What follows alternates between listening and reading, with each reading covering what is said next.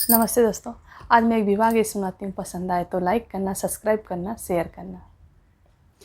मोरे पीछावा वाला वांगिया का पेड़ावा लवंगा चुवा थई सारी रात जी।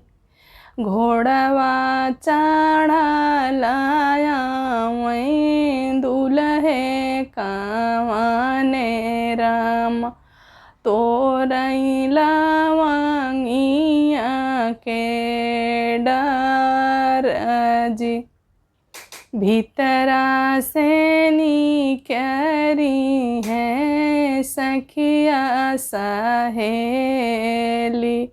तोह से पूछा हूँ एक बात जी।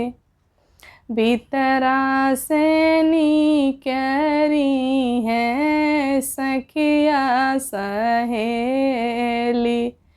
पूछा ही एक बात जी। के कराया तू ही उलरू से दूलरू। के कर लगा था दामाद जी। कहवा से आया ओ कहवा का जाब्या।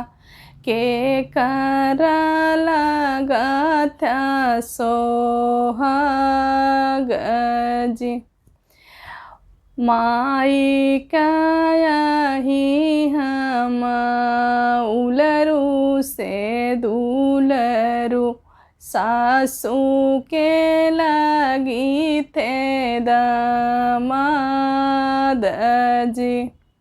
अवध से आए जनकपुर जाबै। सीता के लगी थे सोहाग जी।